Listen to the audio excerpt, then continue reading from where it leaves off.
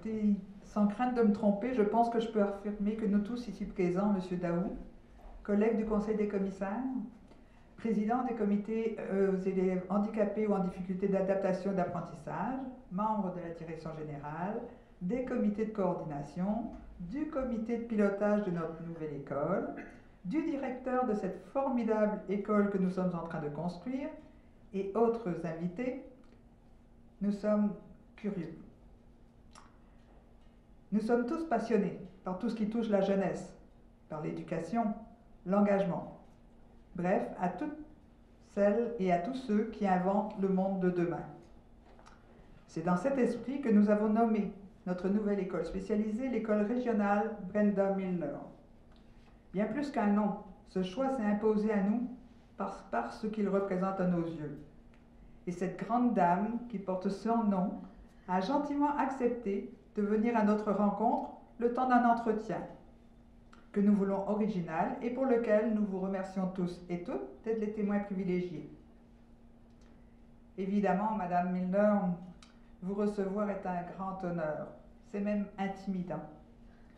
Je tiens également à remercier Monsieur Léonard, Monsieur le professeur, votre collègue, d'avoir généreusement contribué à l'organisation de cette rencontre. Alors, avant d'entrer dans le vif du sujet et d'avoir l'opportunité de vous entendre, Madame Milner, voici le déroulement de notre rendez-vous. Monsieur David Daou, président du Conseil des commissaires de la Commission scolaire New Frontier, et moi-même, Marie-Louise Carnéis, présidente de la Commission scolaire des Grandes Seigneuries, avons convenu de vous poser quelques questions. Ce sera un énorme plaisir d'entendre vos réponses. Ensuite, il y aura une courte période de questions de nos auditeurs. Le tout se terminera par la prise de quelques photos officielles avec bon nombre d'entre nous afin de conclure en beauté notre entretien et bien entendu pour la postérité.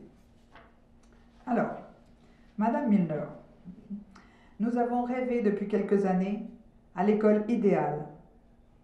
Pourquoi pas celle du XXIe siècle? Cette école est créative, ouverte, généreuse. Elle permet de faire jaillir les forces de chacun, la détermination, la persévérance, et permet de développer le plein potentiel. Elle sait donc s'adapter. Cette école, c'est l'école régionale Brenda Milner. Vous êtes l'incarnation de ces qualificatifs auxquels nous tenons, mais aussi en raison de l'importance d'avoir un milieu où ces qualificatifs sont mis en valeur, au profit des élèves. Madame Milner, vous êtes reconnue mondialement pour vos recherches en sciences, en neurologie, en neuropsychologie, en neurochirurgie. Les grands prix, nominations, reconnaissances internationales que vous avez acquis sont reconnus. Qu'est-ce qui vous a destiné? Revenons à la petite fille de Manchester. Qu'est-ce qui vous a destiné à faire une telle carrière, une telle profession? C'est un peu le hasard, mais j'ai suivi mes intérêts et je ne pensais jamais venir au Canada. Je me suis mariée, je suis venue au Canada et j'ai commencé à enseigner à l'Université de Montréal. Et ça, c'était magnifique pour moi parce que à ce moment-là, jusqu'à ce moment-là, mon français, c'était un peu théorique, je lisais, mais je n'avais jamais sorti de l'Angleterre. Et puis subitement, il fallait faire des cours de psychologie en français. Alors je suis très reconnaissante à l'Université de Montréal pour cette opportunité. Et ensuite, avec l'arrivée de M. Hebb comme professeur à l'Université McGill, et j'ai vu qu'ici, il fallait absolument avoir faire son doctorat. J'ai fait mon doctorat avec lui. Et lui, il m'a envoyé à l'Institut neurologique. Et là, vraiment, je me sentais dès le début complètement chez moi. J'avais la possibilité d'étudier l'effet des lésions, des chirurgies sur le cerveau. Et je suis restée parce que ça me plaisait beaucoup. Mais est-ce que j'ai lu quelques éléments sur votre vie et ce que j'ai lu comme petite fille, là, je reviens à la petite fille. La petite fille avait un papa et une maman qui n'étaient pas du tout dans les sciences, je pense. Non, non, c'était sur... Quand j'étais vraiment petite, je lisais Shakespeare avec... mon père était critique de la musique pour The Guardian. C'était le Manchester Guardian à ce moment-là. Maintenant, le journal s'appelle simplement The Guardian. Mais c'était le Manchester Guardian. Où ça commençait. Et mon père écrivait critique sur la musique, les opéras, beaucoup de musique à Manchester. Mais moi, je n'ai pas de talent pour la musique. Mais c'est là que j'ai commencé, quand j'étais tout petit, à lire Shakespeare avec mon père et aller au théâtre quand il y avait des présentations. C'était peut-être le début là, de mon intérêt. La curiosité a commencé à se développer à ce moment-là. Oui, oui. Et qu'est-ce qui vous a destiné à faire une telle carrière? Je veux dire, ok, vous êtes venu au Canada, vous êtes marié, qui prend mari prend pays, c'est ça qu'on dit? Qui prend mari prend pays. Donc votre mari était canadien? Non, non, anglais de l'Angleterre. Ok, et puis vous avez décidé de venir au Canada. Parce que lui, j'allais au début à Chalk River. C'était pour la recherche sur l'énergie atomique. J'étais physicien à ce moment-là. Il a changé de carrière pour la psychologie plus tard. Vous l'avez persuadé? Mais je pense que c'est l'impression du Dr. Hebb, le professeur Hebb à l'université McGill, qui était vraiment un homme très doué, très inspirant. Je pense que Hebb nous attirait beaucoup d'élèves comme ça. Diriez-vous que vous aviez des prédispositions particulières ou des qualités particulières pour avoir autant de détermination et de persévérance? Probable, je ne sais pas, évidemment, on ne se connaît pas. J'avais beaucoup de curiosité, mais aussi beaucoup de détermination. Mais j'étais très entêtée peut-être, stubborn comme on dit en anglais. Oui, pas facilement dissuadée de quelque chose que je voulais faire, peut-être. Mais vous avez bien réussi, hein? Alors vous êtes toujours active à l'université McGill? Oui. Et à l'Institut de neurologie de Montréal? Oui. Vous avez donc accordé une place très importante à la recherche et à la formation tout au long de votre vie. Et vous avez eu du plaisir à faire des découvertes. Est-ce que c'est ça qui vous a mené, le plaisir? Faire des recherches, faire des découvertes. Le plaisir de découvrir. Vous étiez curieuse. Oui, oui, oui, oui. C'est ça que je comprends, la caractéristique pour faire des... Je pense que je suis curieuse dans le bon sens et le mauvais sens, non? Je veux savoir, oui, je suis curieuse. Et surtout sur la motivation, le comportement de mes amis, de mes collègues, mais aussi le comportement des rats, des souris, tout ça. Vous savez, qu'est-ce qui guide, pourquoi un rat va à droite plutôt qu'à gauche, non? Oui, ça m'intéresse, oui, de savoir. Vous avez travaillé en équipe, sûrement, pendant votre séjour. Oui, oui. Quelle est l'importance pour vous de travailler dans une équipe? Mais je pense que c'est essentiel si on veut étudier. Là, c'était Penfield, non, qui avait vraiment lancé tout ça. Oui, oui, Walter Penfield, qui était le directeur de l'Institut. Mais là, il a invité les professeurs, les gens. Il voulait avoir une équipe, une bonne équipe. Il ne voulait pas tout faire lui-même. Il ne pouvait pas non plus, non? Alors, c'était dès le début une équipe, un travail avec les jeunes. Neurochirurgien, c'était surtout en neurochirurgie, et on assistait aux interventions sur le cerveau. C'était très passionnant à ce moment-là. C'était avant qu'on puisse tout voir sur l'écran, non? Les gens venaient dans la salle d'opération pour regarder tout ça, l'effet de stimuler électriquement une petite région du cerveau et de voir si ça affectait le langage, tout ça. C'était vraiment passionnant ce travail de M. Penfield. Maintenant, c'est tout écrit, accepté, mais c'était très passionnant à ce moment-là. Alors, on parlait tout à l'heure que vous avez été enseignante aussi, vous avez eu des étudiants. Oui. Alors, comment on transmet le plaisir de la recherche à des étudiants? il restait auprès de vous, il continuait à étudier avec vous, donc c'est parce que vous saviez quelque chose au niveau de l'enseignement de particulier. Mais peut-être, oui, je crois que l'enthousiasme se communique, non? Évidemment, pas pour tout le monde, c'était toujours un petit groupe, toujours de spécialistes, les étudiants. Mais aussi, j'enseignais les cours en médecine, là, c'était une centaine des élèves en médecine. Et je pense que là aussi, c'était... Je pense que vraiment, je pense que si ça nous intéresse comme enseignants, alors c'est facile à communiquer cette passion. Et si on n'a pas la passion soi-même, c'est un peu artificiel et ça ne marche pas. Une petite question justement à ce sujet-là, justement. Et croyez-vous... Vous avez la chance que je... Croyez-vous avoir bien réussi à transmettre votre passion et le désir de la découverte à vos étudiants? Oh, je crois que oui. Oui. Oui, là je suis confiante parce que j'ai toujours eu un bon rapport avec les classes en médecine. Là, c'était une centaine. Et puis les élèves qui sont spécialisés, je crois que vraiment... Mais c'est passionnant, vous savez, c'est pas ma passion, c'est que les malades sont tellement intéressants, la recherche est tellement intéressante, alors ça se communique comme ça, non? Oui, je pense bien. Alors, écoutez, nous ne pouvons pas passer sous silence que vous soyez centenaire. Hein? Même le 15 juillet, je pense, c'est 101 ans qui s'en vient. Oui, c'est oui, pas, oui. c'est pas anodin. C'est vraiment intimidant. Est-ce que l'âge a été un obstacle pour vous? Je ne pense pas, parce que vous continuez à travailler. Non. L'Université McGill n'a jamais imposé des lois comme ça. Non. Et vous n'avez jamais eu le goût d'arrêter non plus? Oh non. Non, je travaille, moi, je travaille un peu plus à la maison. Certainement, je ne travaille pas aussi fort que je faisais quand j'avais 30 ans, mais je m'engage. Vous savez, c'est ce qui m'intéresse, non?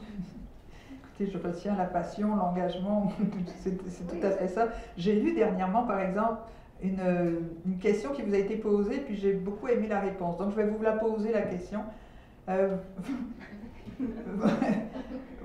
Il manque de jeunes femmes qui étudient en sciences. Okay? Vous êtes une femme importante en sciences, vous représentez les femmes en sciences.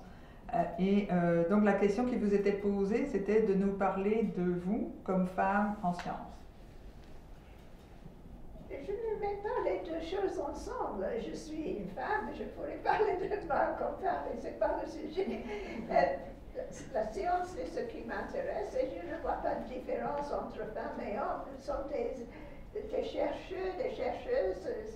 Je ne vois pas la distinction dans ce sens-là. Je trouve que sont également capables ou le contraire, mais je ne vois pas de différence.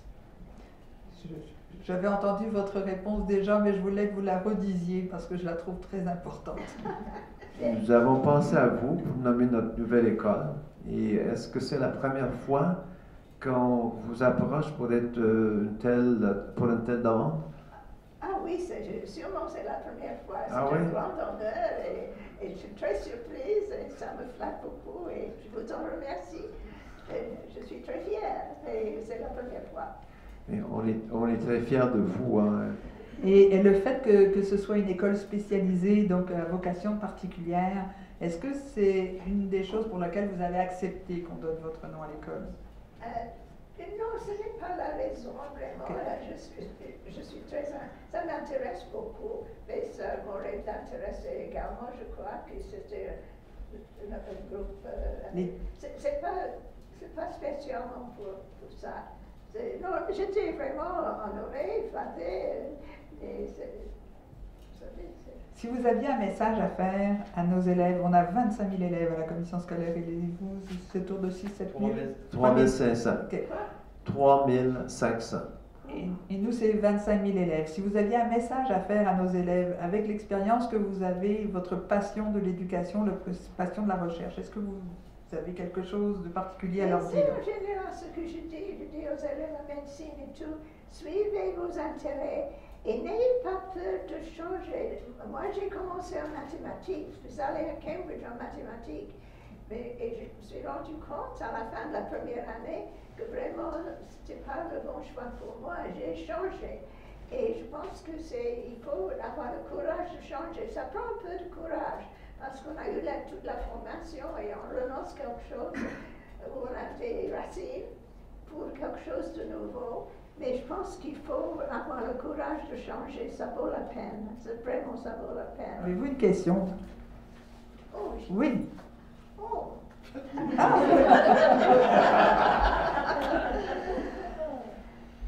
Oui, mais vous avez un grand projet ici pour vos écoles. J'aimerais savoir un peu plus en détail les buts.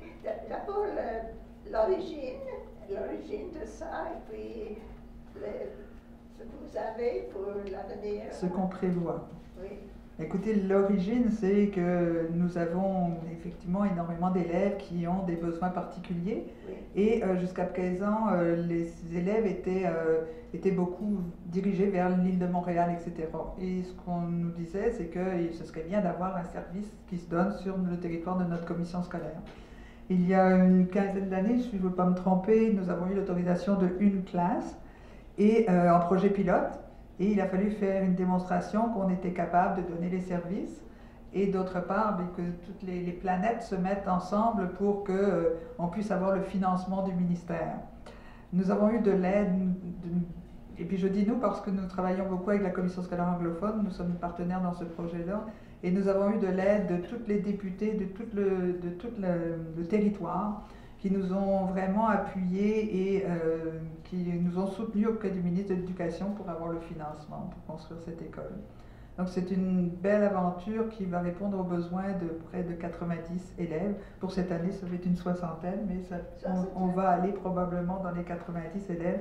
Et là, on parle d'élèves, bien entendu, qui ont énormément de difficultés, puisqu'on parle des élèves de 4 ans à 21 ans. Okay, et qui ont une déficience intellectuelle profonde associée ou non à un autre handicap. Et les élèves avec une déficience intellectuelle moyenne avec une déficience motrice grave. Donc vous pouvez voir le type de clientèle que nous avons, c'est très étendu, mais c'est un besoin concret que la population nous avait signalé et que nous avons eu une belle opportunité. Donc ça se fait, ça se construit et en mois de septembre, il y aura donc l'ouverture officielle et une soixantaine d'élèves seront déjà inscrits. Vous savez que la commission scolaire anglophone, à l'époque ce n'était pas anglophone, c'était protestante, a fait application d'avoir une école semblable il y a 30 ans.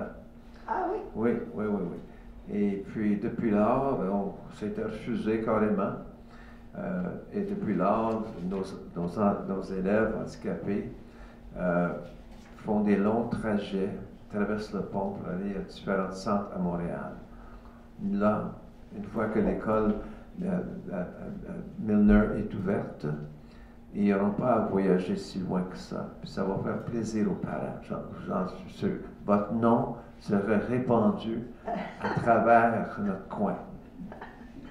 Alors, autrement, au niveau des installations aussi, ce qu'il y aura de particulier dans cette école, parce que c'est une école, mais c'est aussi une école vraiment très particulière, il va y avoir une salle noire multisensorielle, il va y avoir une salle blanche multisensorielle, Snowslen, je pense, une salle de musicothérapie, une salle de lecture, une salle d'ergothérapie, un bassin thérapeutique, un gymnase et des locaux de service, une salle de repas médical, des salles de soins et d'hygiène. Vous voyez que ça va être, toute la gamme. toute la gamme sera effectivement présente au service de tous ces élèves et de ces familles. Félicitations. Et en plus, on n'est pas loin de l'hôpital Anna-Laberge, oui, qui est sur l'autre coin de rue. Nous avons, s'il n'y a pas d'autres questions, on va donner la possibilité aux personnes présentes qui veulent venir avancer puis poser une question. Oui, Madame Pagé.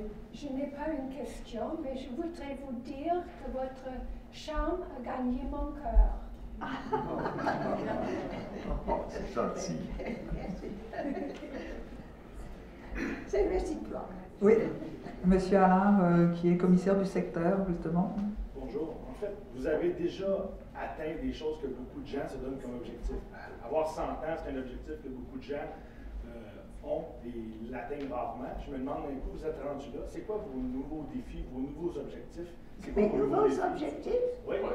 En avez-vous des nouveaux? Vous savez que j'ai 100 ans.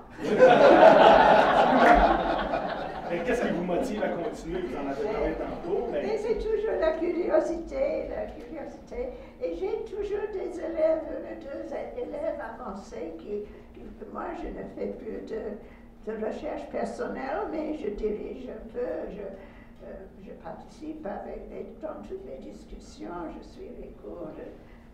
Je serais malheureuse. J'ai essayé des fois de rester chez moi. On dit, vous restez chez vous et écrire. C'est pas mon tempérament. Il faut que je m'engage avec les gens. Sinon, je deviens un peu déprimée. Alors, j'ai besoin des gens. D'accord, merci. Autre question? Commentaire? Pas de commentaire non plus? Alors, Madame Milner, s'il n'y a pas d'autres questions, je voudrais sincèrement vous remercier pour votre présence, votre gentillesse, pour vraiment nous faire les commentaires que vous avez faits et nous autoriser en plus à utiliser votre nom pour une école. Je trouve ça extraordinaire. Mais là, je me sens tellement honorée. Alors, merci beaucoup. David, si tu veux terminer. Je vous remercie de m'avoir accueilli ici gentiment aujourd'hui et de tout. Vous n'êtes pas, vous allez être une célèbre chez nous. Et je veux juste vous dire que, de ma connaissance, et ça fait 47 ans, 48 ans que je véhicule autour de l'éducation. Oui.